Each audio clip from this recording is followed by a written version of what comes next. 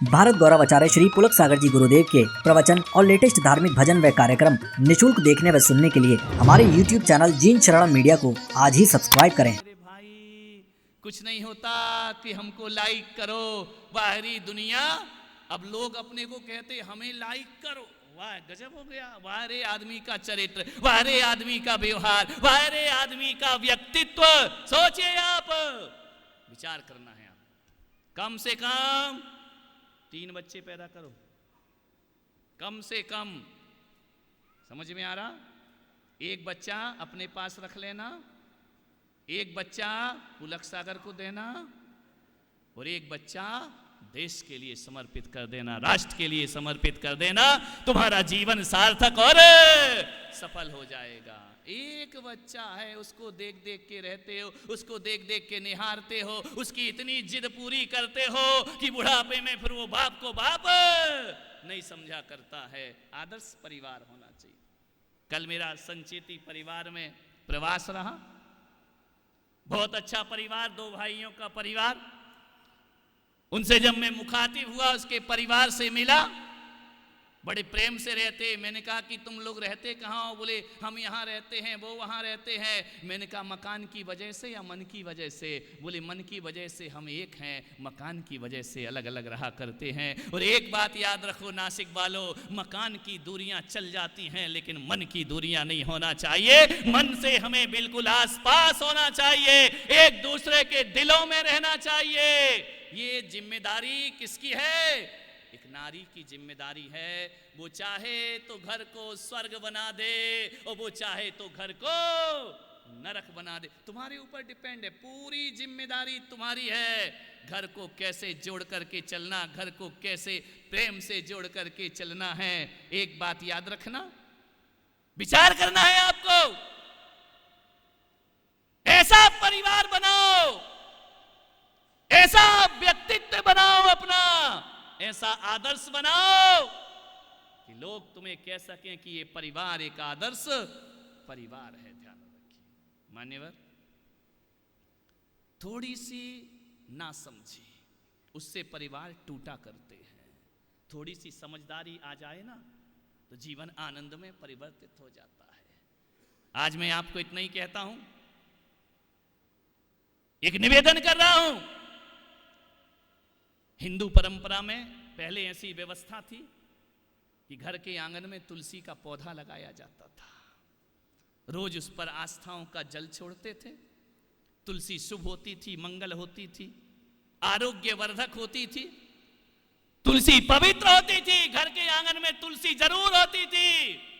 आज हमारे घर के आंगन ही नहीं बचे हैं, तुलसी की तो बात छोड़ो। अब आंगन है क्या? सब फ्लैट की दुनिया है, एक के ऊपर एक चढ़े हुए, एक डिब्बा, दूसरा डिब्बा, तीसरा डिब्बा, एक के ऊपर एक है। ना जमीन तुम्हारी है, ना आसमान तुम्हारा है, बीच में लटके हुए हमारा जीवन है। मैं आपसे निवेदन करता हूं, सभी लोग, आज मैं पुलक सागर आपको एक पौधा दे रहा हूं, घर में जाकर के उस पौधे को लगा लेना। यदि आंगन ना हो तो कोई बात नहीं, हर फ्लैट में एक खिड़की होती है जिससे बाहर देखा जाता है। एक खिड़की, एक दरवाजा होता है, वहां जाकर के एक पौधा लगा लेना। मुझे मालूम है कि तुलसी का पौधा हिंदू लगा लेगा, मुसलमान नहीं लगाएगा। मुझे मालूम है तुलसी का पौधे में पानी एक हिंदू चढ़ाएगा, जैन नहीं चढ़ा पाएगा। चढ़ाएगा, पिलाएगा, लेकिन श्रद्धा से चढ़ाएगा नहीं। लेकिन मैं पुलक सागर कहता हूं, मैं एक पौधा आज आपको दे रहा हूं जो यहां से लेकर के जाना है। वृक्षारोपण करती हैं बड़ी बड़ी संस्थाएं, वृक्षारोपण करते हैं सारे लोग। मैं भी एक वृक्षारोपण का नियम लेकर के चला हूं। आपसे इतना ही निवेदन है, यहां से लेकर के जाएं एक पौधा। वो पौधा किसी तुलसी का नहीं होगा, वो पौधा किसी गुलाब का नहीं होगा, वो पौधा किसी फूल का नहीं होगा। एक पौधा मैं दे रहा हूं। हर व्यक्ति, मुसलमान भी अपने घर में लगा सकता है, हिंदू भी लगा सकता है, जैन भी लगा सकता है, बौद्ध भी, पारसी भी लगा सकते हैं। और वह पौधा यदि कोई है तो एक प्रेम का पौधा दे रहा हूं जो अपने घरों में हर आदमी को लगाना चाहिए, अपने आंगन में हर आदमी को लगाना चाहिए। एक प्रेम का वृक्षारोपण करिए, एक प्रीति का वृक्षारोपण करिए। लेकिन एक बात याद रखना, तुलसी के पौधे में पानी नहीं डालोगे तो वो मुरझा जाएगा, और प्रेम के पौधे में पानी नहीं डालोगे तो वो भी मुरझा जाएगा।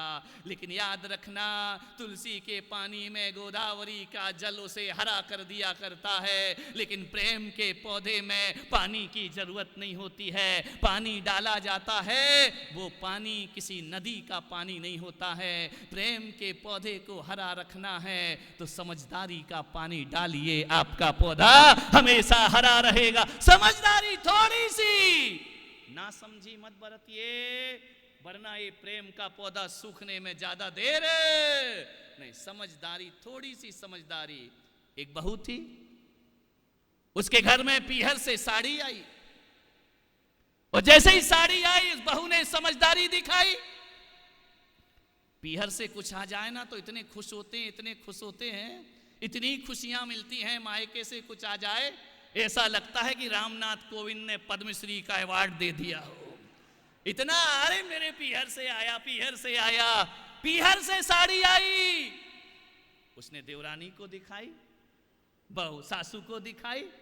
सास ने कहा बहुत अच्छा, तेरे पीहर से इतनी महंगी साड़ी आई, बहू आज ये साड़ी पहन करके मंदिर जाना। बहू ने देखा, बड़ी समझदार बहू थी, उसने कहा कि नहीं माँ, ये साड़ी मैं नहीं पहनूंगी। अरे तेरे पीहर से आई, तू नहीं पहनेगी? बोले नहीं माँ, हमारे यहाँ ये कहा गया है कि साड़ी नई आती है तो खुद नहीं पहनना चाहिए, पहले देवी माँ को चढ़ाना चाहिए, उसके बाद वह साड़ी अंगीकार करना चाहिए। बोले मंदिर में जाके पद्मावती माता को ये साड़ी पहना देना। उसने कहा पद्मावती माता की मुझे उतनी चिंता नहीं है सासू माता, यदि तू ये साड़ी पहन ले तो मेरा जीवन धन्य हो जाएगा, मेरा जीवन सार्थक। पद्मावती माता को नहीं पहना, वो कुछ नहीं बोलेगी, बिल्कुल परेशान नहीं करेगी। घर की माता को नहीं पहनाया तो अतश्री महाभारत प्रस्तुत करता।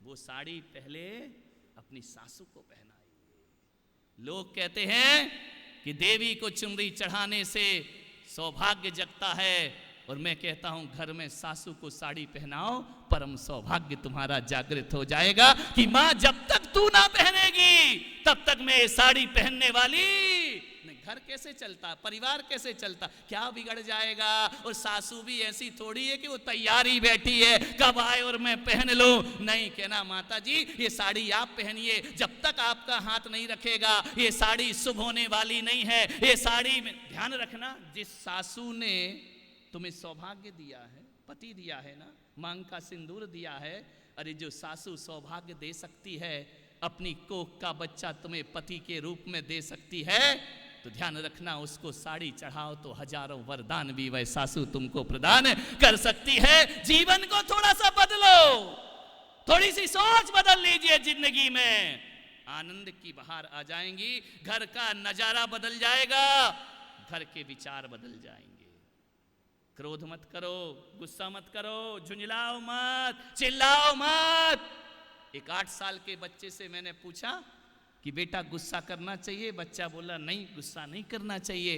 80 साल के दादाजी खड़े थे, मैंने कहा दादाजी जो बात 8 साल के बच्चे को समझ में आ रही वो तुम्हें 80 साल में समझ नहीं आ रही है। एक बच्चा कह रहा है कि क्रोध नहीं करना चाहिए और दादाजी क्रोध किया करते हैं। मान्यवर, छोटी छोटी बातें, बातें बहुत बड़ी नहीं हैं, बातें बहुत छोटी हैं, ध्यान रखिए। त्योहार आते हैं हमारे जीवन में बहुत सारे, मैं आपसे निवेदन कर रहा हूं रोज सुबह उठकर अपने माता पिता के पैर छुआ करो। ध्यान रखना, मंदिर के पैर ना छू पाओ चलेगा, मंदिर के पैर छूने जा पाओ ना जा पाओ कोई बात नहीं है, घर भी एक मंदिर है, अपने माता पिता के पैर छू लो। मैं कहता हूं कि माता पिता के पैर जब छुओगे ना तो उनसे वो दुआएं मिलती हैं जो संतों के आशीर्वाद से भी प्राप्त नहीं हुआ करती हैं। वह दुआएं माता पिता से प्राप्त हो जाया करती हैं। उनके चरण छुओ, जिनके हाथों की रेखाएं उल्टी सीधी हो, ज्योतिषियों के पास जाते हो, मेरा भाग्य बताओ, मेरी किस्मत में भाग्य की रेखा है या नहीं, मेरे हाथों में पैसा है या नहीं।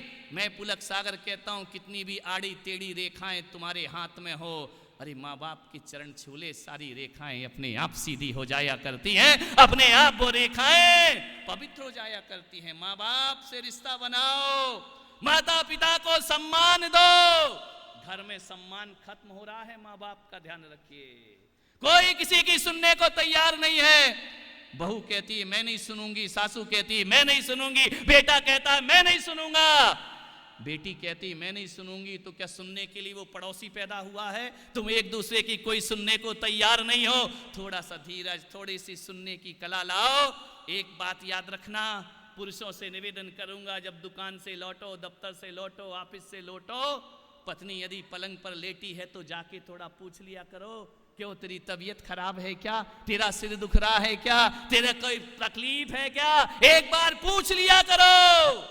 और यदि तकलीफ हो तो कहना चल बैठ गाड़ी में, खाना बाद में खाऊंगा, पहले तेरा डॉक्टर से इलाज कराऊं। छोटी छोटी बातें, जीवन को बदलने की, जिंदगी को बदलने की ये बातें हैं। लेकिन तुम तो ऐसे आते हो, दुकान में ग्राहक के सामने तो विनम्र रहते हो, पत्नी के सामने अकड़ते रहते हो, पत्नी के सामने अकड़ के जिया करते हो। दुकान में विनम्रता है, घर में विनम्रता नहीं। ये भी नारी है, ये भी आई है दूसरे का अपना घर छोड़ के, तुम्हारे घर को इसने अपना घर बनाया है, अपना परिवार छोड़ करके तुम्हारे परिवार को अपना परिवार बनाया है। क्या गलती है? यदि गलत काम कर दे तो 1000 गाली, थोड़ी सी गलती हो जाए तो पति भी चिल्लाएगा, उधर से सासू भी चिल्लाएगी, उधर से ननंद भी चिल्लाएगी, उधर से देवर भी चिल्लाएगा। एक बात बताओ मेरे भाई, सभी लोग घर में उसको चिल्लाएंगे। एक बात बताइए, फिर वह किसे अपना मानेगी, किसे अपना समझेगी? एक पति ही तो जीवन में ऐसा होता है। ध्यान रखना, पूरे घर के लोग ताने मारे, यदि पति प्रेम दे दे तो सारे ताने नारी भूल जाया करती है, और उसके आनंद में अपना पति ही प्रेम नहीं देगा तो कौन देगा इनको प्रेम? ये किसके भरोसे आए हैं? ध्यान रखना, अपने माँ बाप को छोड़कर इस नारी ने तुम्हारे माँ बाप को अपनाया है, अपने भाई बहन को छोड़ करके तुम्हारे भाई बहनों को अपना बनाया है। वो भी दिन भर पिसती है, काम करती है सुबह से शाम तक। तुमको लगता है पत्नी का क्या काम है, ये महिलाएं क्या काम किया करती है? सुबह से उठना, नाश्ता बनाना, झाड़ू पोछा, चलो काम वाली आ जाए कोई बात नहीं है, फिर भी घर को मैनेज करना इनका काम हुआ करता है। ध्यान रखना, ताने सुनती, वो तुम्हारी जो माँ है ना और तुम्हारी जो बहन है वो भी कोई कम नहीं है, एक की 4 सुनाया करती है। ध्यान रखना, वो बेचारी ताने सुनती है, सब कुछ करती है, उसके बाद भी घर की व्यवस्था को बना करके रखती है। बच्चा कहता है मम्मी ये करो, पति कहता है तूने मेरे कपड़े तैयार नहीं किए हैं, सास कहती बहू चाय बनी या नहीं बनी, देवर कहता है भाभी नाश्ता बना दिया। एक महिला क्या क्या करे अपने जीवन में, फिर भी सबको सेटल करती है, सबका मैनेज करती है। बच्चों की नहीं सुने तो बच्चे नाराज हो जाते हैं, पति की नहीं सुने तो पति नाराज हो जाता है, सासू की ना सुने तो सासू नाराज हो जाया करती है। सोचिए एक बार, मैं तो कहता हूं कि पैसा कमाना बहुत आसान है, लेकिन घर चलाना आसान नहीं हुआ करता है, ये बहुत कठिन। कभी विचार किया इस नारी के बारे में?